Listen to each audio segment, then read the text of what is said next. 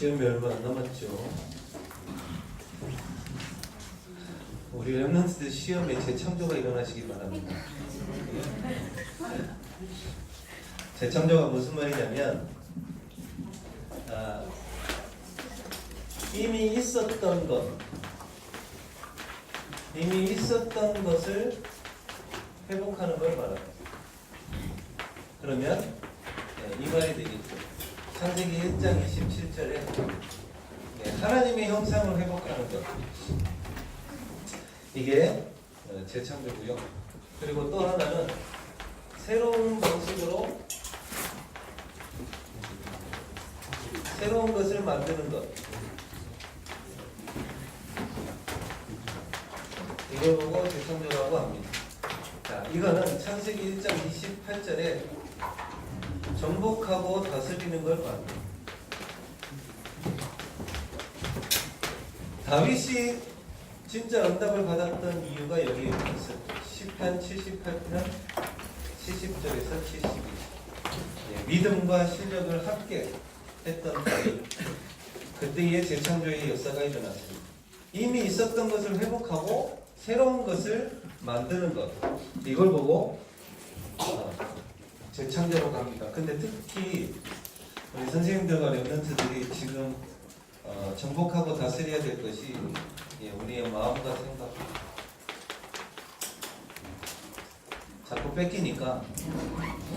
자, 이번 주가 무슨 주간인지 아시는 분? 고난주간. 이번 주 금요일날 예수님이 십자가를 지십니다. 이번 주 금요일날, 그리고 주일날 부활을 하셔요. 자, 이번 주가 고난 주간인데 예수님이 왜 고난을 당하셨느냐?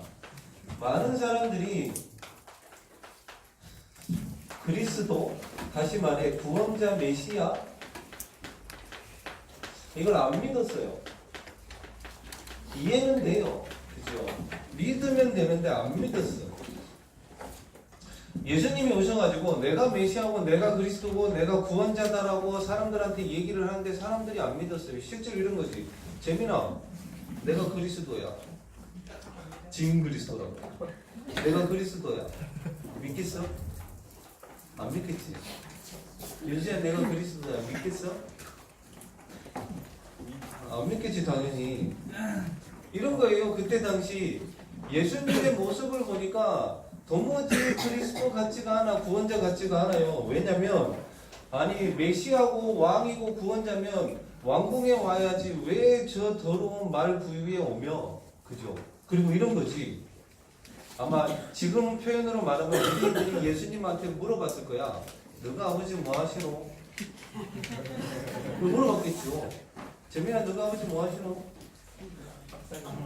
이렇게 물어봤겠죠. 유대인들이 예수님 보고 너가 아버지 뭐 하시노? 그랬을 때 예수님이 그랬겠죠. 목수입니다 이랬겠죠. 아버지가 요셉이 목수였었으니까. 아마 사람들이 그랬겠지. 네가 무슨 메시아냐, 가서 못질이나 하라 이랬을 거예요. 안 믿은 거예요, 사람들이. 그러니까 예수님이 기적을 베풀고 치유를 하고 사람이 할 수 없는 일들을 왜 그렇게 보여주셨느냐? 예수 그리스도가 자신이 메시아라고 분명히 확인을 시켜줬는데도 사람들이 안 믿어요. 그 나중에는 배신도 당하잖아요. 제자 중에 한 명 배신당하죠. 그리고 예수님이 십자가 진다고 하니까 제자들 다 도망가고, 옛날에 학자들은 욕까지 했다고 그렇게 돼 있어요. 예수님을 보고 제자들이 저 인간 나 모른다고 욕까지 하고 도망갔다고 이렇게 돼 있어요. 근데 그리고 나서 예수님이 뭐라고 하냐면 요한복음 10장 30절에 하나님을 보고 말합니다. 그와 나는 하나이니라 이랬습니다. 유대인들 보고.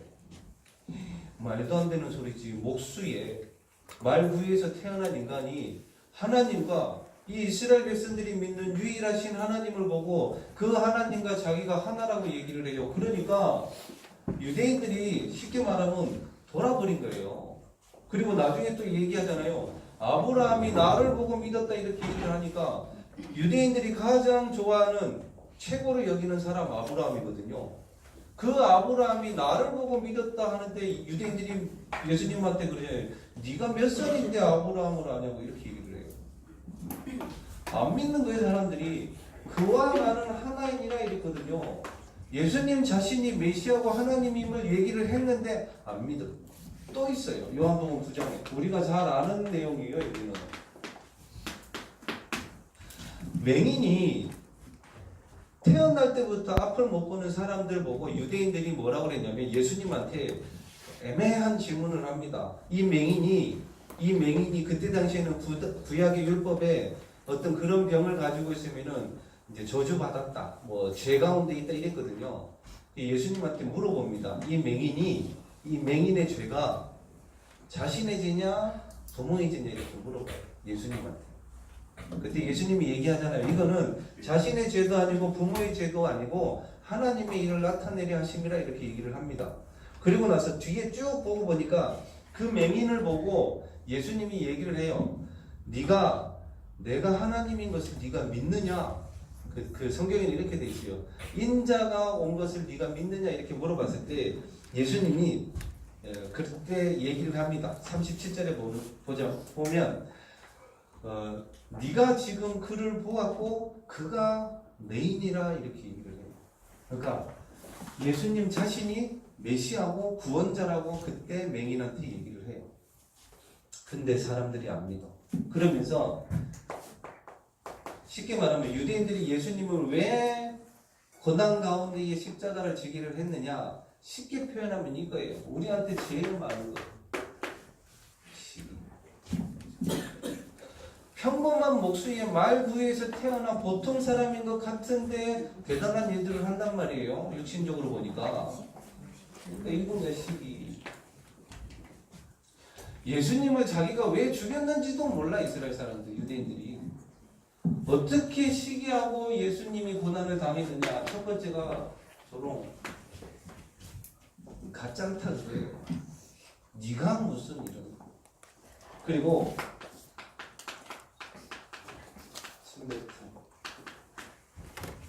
정말 기분 나쁘거든요. 사람 얼굴에 침 뱉는 거.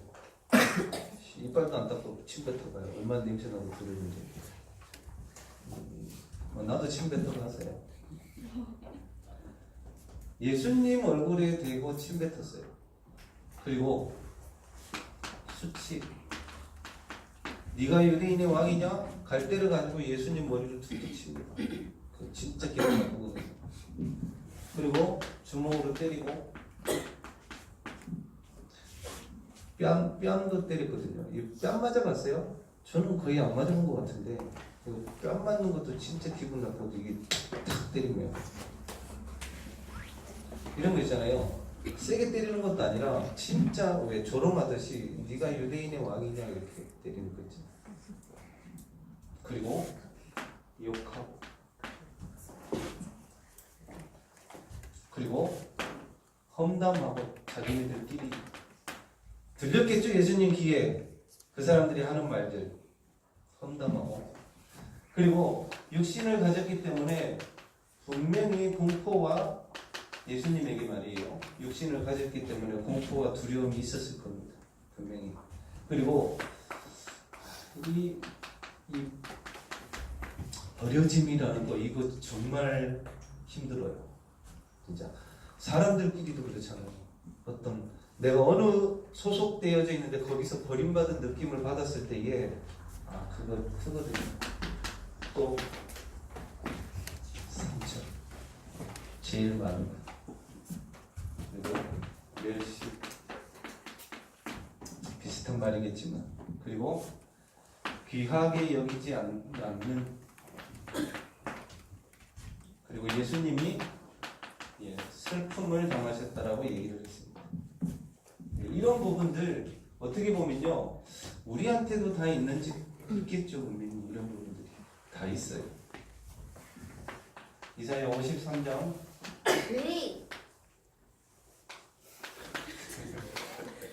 와 심각하게 이 그리스도 고난 얘기하고 내 책이 이러네. 근데 이래요. 지금 원래 저도 기독교에 다녔지만 그리스도의 고난 주간에 진짜 저도 봤거든요. 어르신들 소복 입고 있어요. 교회 가면 무서워요. 왠 줄 알아요? 무슨 귀신 동네야? 소복 입고 앉아있어요. 어른들이. 장례식 같겠고. 그리스도의 고난은 그런 의미가 아니에요. 고난은 슬퍼할 일일까요? 물론 마음 아프고 그런 거는 맞아요. 근데 진짜 슬퍼해야 될 놈은 마귀예요. 그죠? 마귀가 슬퍼해야지. 예수님이 죽는 거를 제일 반대했는지도 몰라요. 왜? 예수님이 죽고 부활하시면 자기의 권세가 꺾이는 걸 알거든요. 그리고 멍청해요. 사단은. 그런 줄 알면서도 계속 쓸데없는 짓들을 하거든. 자, 예수님이 십자가를 지신 이유 이사야 53장에 이미 예언되어져 있습니다. 그가 예수님의 찔림은 우리의 허물을 인하여 죄로 인해서 나와 있는 우리의 이런 것들, 이런 허물들. 그가 상함은 우리의 죄악 때문이다. 이번 주에 그런 일이 있었습니다. 저도 어저께 질문을 했지만 낙태죄가 죄일까요? 아니, 낙태죄가 이런 건 정해진 거지. 낙태가 죄일까요? 아닐까요? 렘넌트들은 알아야 돼. 낙태가 죄일까요? 아닐까요? 제가 자꾸 질문하는 이유는 우리 렘넌트들 현장이 실제로 그러니까 왜 거기에 대해서 아무 감각이 없어요. 렘넌트들조차. 낙태가 죄예요? 아니에요? 남자들 물어보니까 제가 어저께 신학원에서 남자들한테 물어봤어요. 낙태가 뭔지 아냐 그랬더니 그게 뭐냐? 몰라요. 낙태가 무슨 말인지는 모르요. 여자 렘넌트들한테 물어보니까 당연히 알지. 여자들은. 남자들은 몰라요. 응? 낙태가 뭐야? 이어서 죽이고. 이어서 죽이는 거. 그래, 이어서 죽이는 거. 이번 주에 낙태죄를 이제 없애자는 식으로 해가지고 2020년도부터인가요? 내년부터군요. 그 법안이 이제 통과되는 식으로 이렇게 나왔어요. 낙태는 죄가 아니다 이런 거. 거기에 나온 단어가 뭐였냐면 임산부의 자기 결정권 이렇게 나왔어요. 임신을 했지만 이 임신한 속에 있는 아기는 내가 결정할 수 있다. 뭘? 죽이느냐 살리느냐. 내가 결정할 수 있다. 이렇게. 그 법이 이제 통과되는 거예요. 오해하지 마세요. 저도 만나봤습니다. 이거 한 분들. 복음을 모를 때 그랬던 것들은 그것 때문에 죄책감이라든지 이런 것들로 많이 힘들어 하시더라고요. 솔직히. 한 생명에 대한 자기 아기를 이렇게 했다라는 것에 너무 힘들어하고 어려워하는데 복음 안에 있을 때는 그것이 발판이 되어집니다. 오히려 거기에 대해서는 눌릴 필요가 없어요.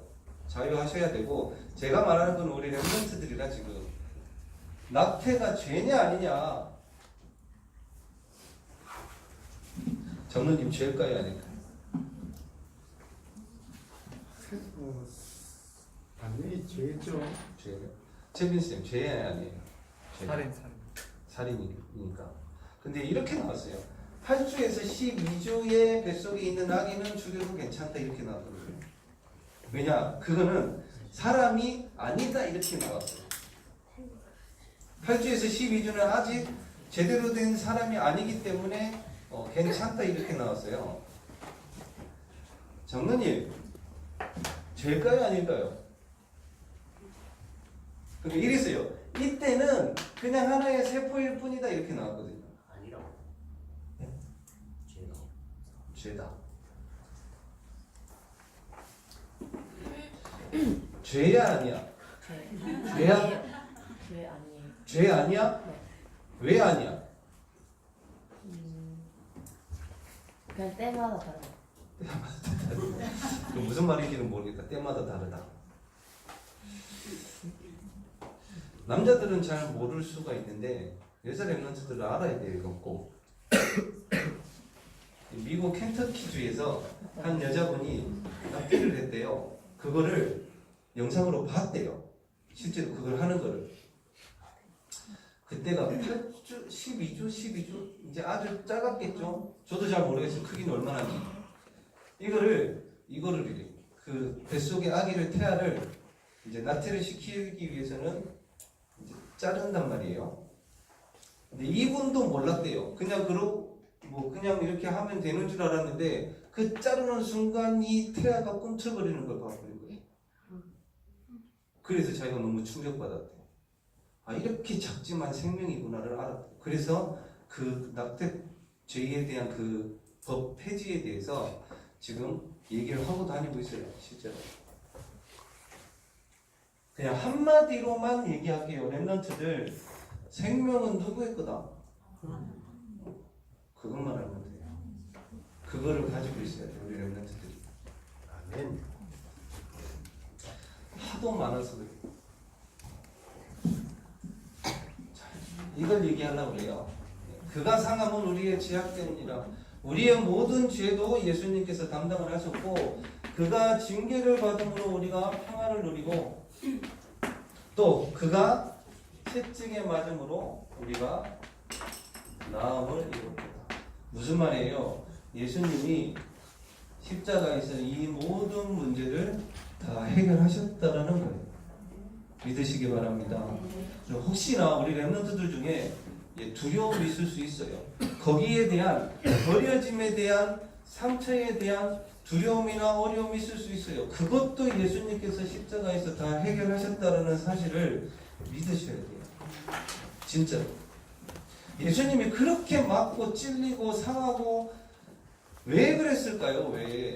우리의 그 문제를 모르실까요? 알기 때문에 그렇게 하신 거예요. 우리가 그런 문제들 속에 있는 걸 알기 때문에 그거 해결하시려고. 자, 또 하나. 왜 예수님이 십자가를 지시고 인간의 몸을 입고 와서 그렇게 고난을 당하셨느냐? 우리의 모든 문제를 해결하신 것도 그렇고 말씀을 이루시기 위해서.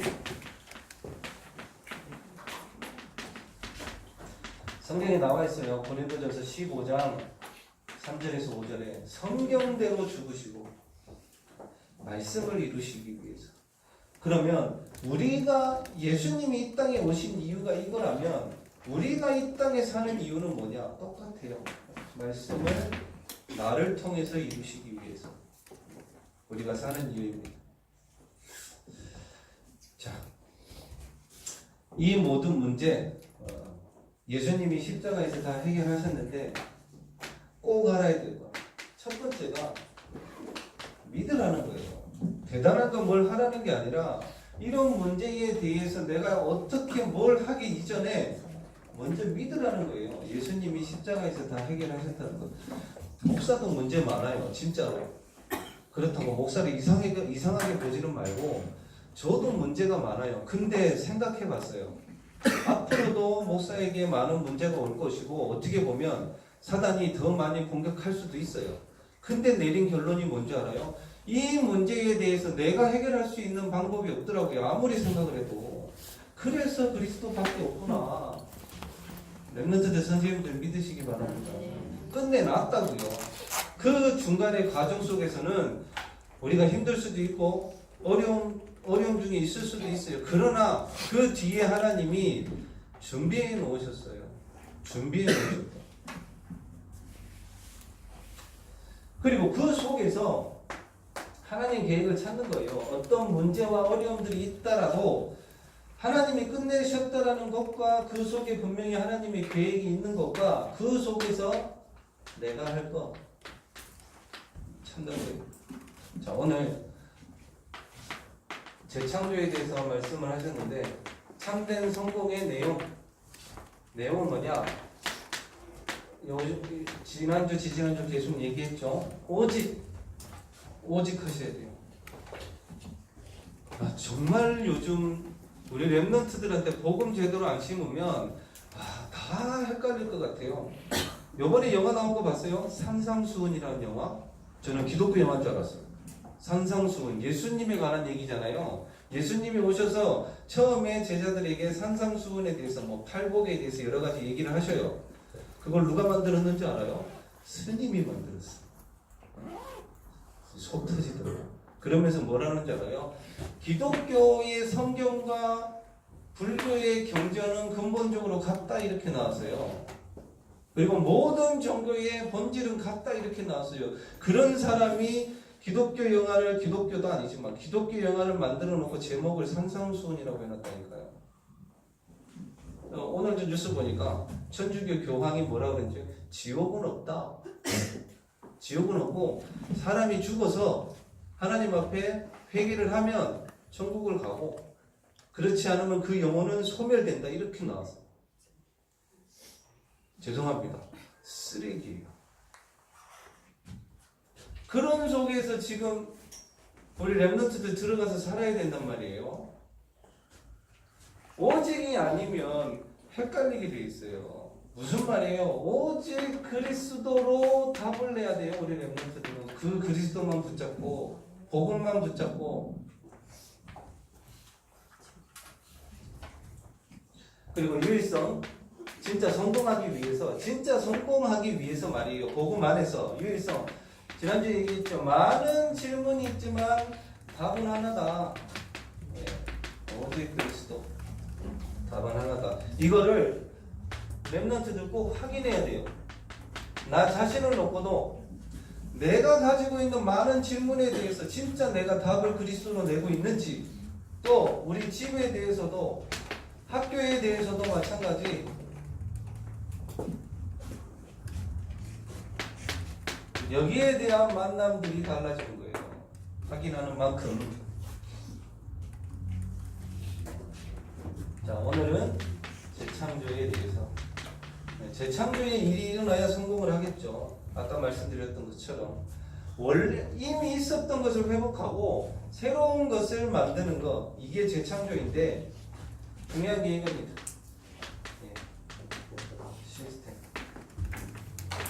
시스템. 어떤 거요? 영적 시스템.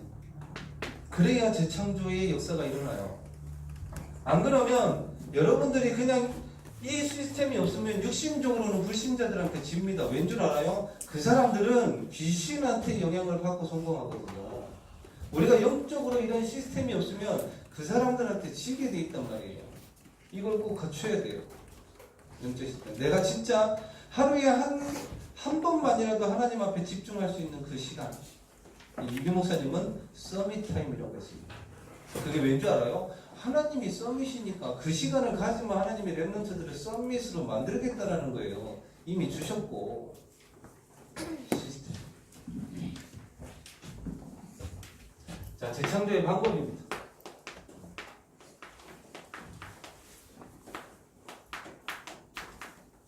재창조의 방법은 아무도 볼 수 없는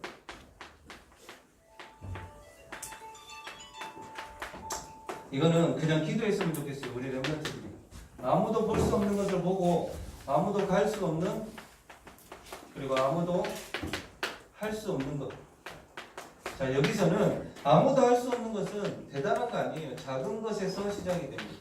렘넌트들도 다 그랬죠. 그리고 재창조의 내용은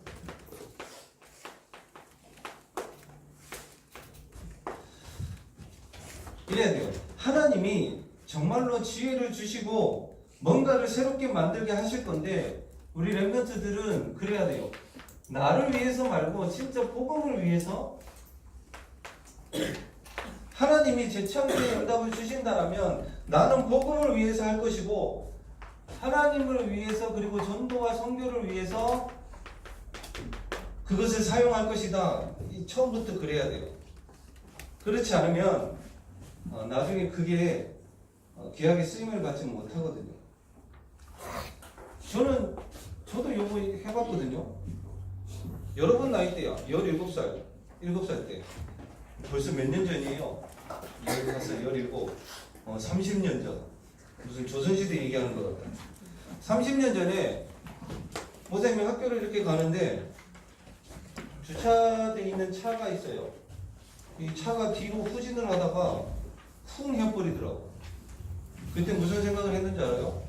아, 차 뒤에 센서 하나만 놔두면 저렇게 받지 않을 텐데, 근데 때려박더라고. 계속 이런 사고들이 너무 많더라고. 30년 전에 우리나라에는 그런 차가 없었어요. 근데 그때 생각을 해서 그때 생각을 했을 때에 이랬죠. 야, 이거를 내가 하면 진짜 돈 많이 벌겠다 이 생각을 했었어요. 진짜로. 지금은 모든 차이 다 있잖아요. 그 생각을 했었다니까. 오, 제 창조야. 근데 이거하고 전혀 상관이 없는 거예요. 자, 재창조의 내용은 사도행전 1.8절에 여러분들이 진짜로 성령의 충만함을 받으면 하나님이 다른 사람들이 할 수 없는, 갈 수 없는, 볼 수도 없는 것을 분명히 주시게 되어 있어요. 그래야 세상을 이깁니다. 불신자를 이기고.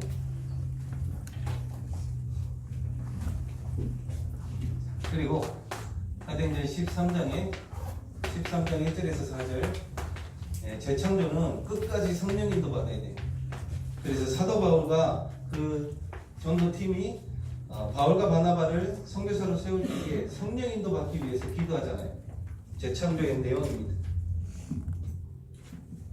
근데 여기서 성령 인도 받기 위해서는 더 중요한 게 있어요. 1절에서 4절 뒤에 보니까 5절에서 12절에 무속인이 그 지역에서 계속 사람들한테 영향을 줘요. 하나님을 믿지 못하도록 만들고.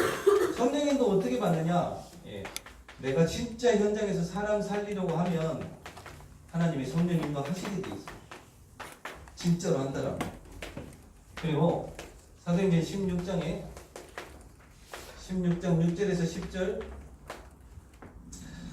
아시아에서 복음의 문이 막혔습니다. 사도 바울이 복음을 전하려고 하는데 근데 그때 하나님이 이 사도 바울에게 환상을 주셔서 마게도냐로 가게 되죠. 뭔가가 우리의 일이나 뭔가가 막혔을 때, 문제가 막혔을 때 이것을 어떻게 해결을 하느냐? 16절에서 18절에 나와 있습니다. 점술가가 나와요.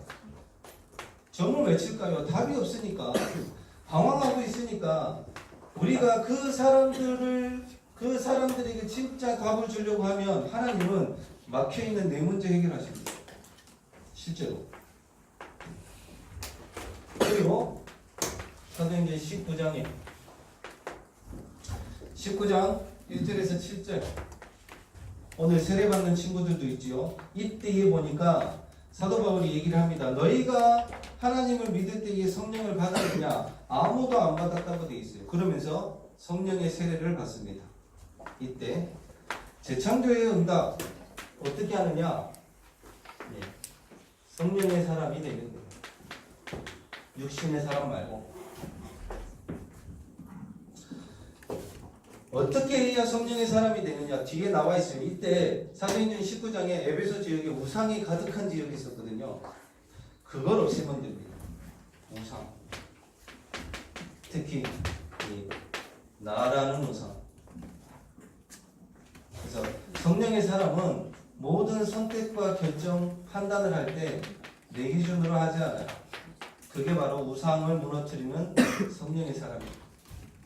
자, 결론. 예수님이 고난을 받았어요. 고난이나 어려움이나 문제들 있잖아요. 그런 거 많이 와요. 절대 피하지 말고 문제와 어려움, 고난이 왔다면 그 속으로 들어가야 돼요. 피하지 말고 그 속에서 뭘 하느냐? 다른 게 아니라 그 속에서 하나님의 계획을 찾는 거예요. 피하지 말고. 대부분 많은 사람들이 기도도 이렇게 하나님 그 문제 없애달라고. 아니에요. 하나님은 그 문제를 통해서 하나님의 계획을 이루시고 하나님의 능력을 체험하게 하신다니까요. 저도 그랬어요. 이번 주에도 지난주에 골방 기도를 하면서 골방 기도의 그 성경 구절에 나와 있는 내용이 뭔지 알아요? 너는 골방에 들어가서 하나님께 기도를 하는데 뭐라고 내용이 나와 있냐면 하나님께서 갚으시리라 이런 내용이 나와요.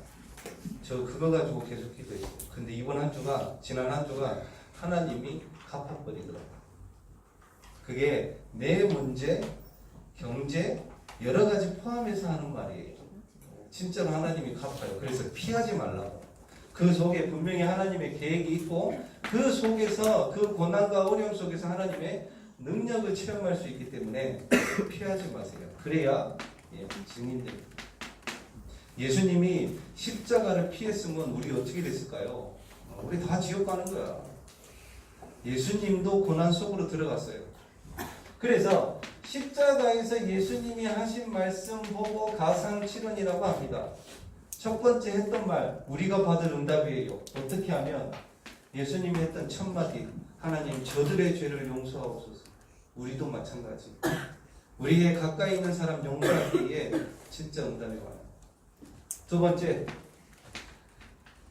옆에 있던 강도를 보고 네가 나와 낙원에서 함께 있으리라 이렇게 얘기합니다.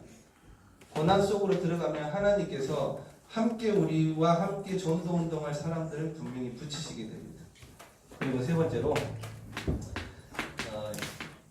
마리아 보고 당신이 어머니라고 이렇게 얘기를 합니다. 그러면서 어머니의 아들이라고 십자가에서 얘기를 해요. 우리가 하나님의 자녀라는 사실을 확인하게 될 거고, 또 네 번째로 엘리 엘리 라마 사박다니 그럽니다. 이렇게 얘기를 한 거예요. 이 뜻이 아버지여 왜 나를 버리셨나이까 이렇게 얘기를 합니다. 그러면서도 십자가를 지시죠. 하나님의 주권 인정을 하고, 그리고 다섯 번째로 목마르다 이렇게 얘기를 하셨어요. 십자가를 지시면서 우리는 다른 거 말고 말씀의 갈급함, 그래야 진짜 그 고난 속에서 하나님의 능력을 체험할 수 있고, 우리가 잘 아는 다 이루었다. 들어가 보세요. 어려움과 문제, 고난 속으로 들어가 보세요. 그러면 하나님이 이루어 놓으신 것을 확인할 수 있을 거예요. 마지막으로 아버지여 나의 영혼을 아버지 손에 부탁하나이다 이렇게 얘기합니다. 예수님께서. 그리고 나서 예수님의 영혼이 떠나가십니다. 우리의 모든 삶도 하나님께 부탁해야 되겠죠. 이번 한 주간 고난주간인데요. 슬퍼하거나 이런 건 아닙니다. 그러나 알고는 있어야 돼요. 예수님이 왜 십자가를 지셨는지. 이번 한 주간 우리 렘넌트들이 고민하고 염려하고 하는 모든 문제들 피하지 말고 그 속으로 들어가서 하나님의 계획과 하나님의 능력을 체험하는 재창조의 응답이 있기를 예수 그리스도 이름으로 축원드립니다.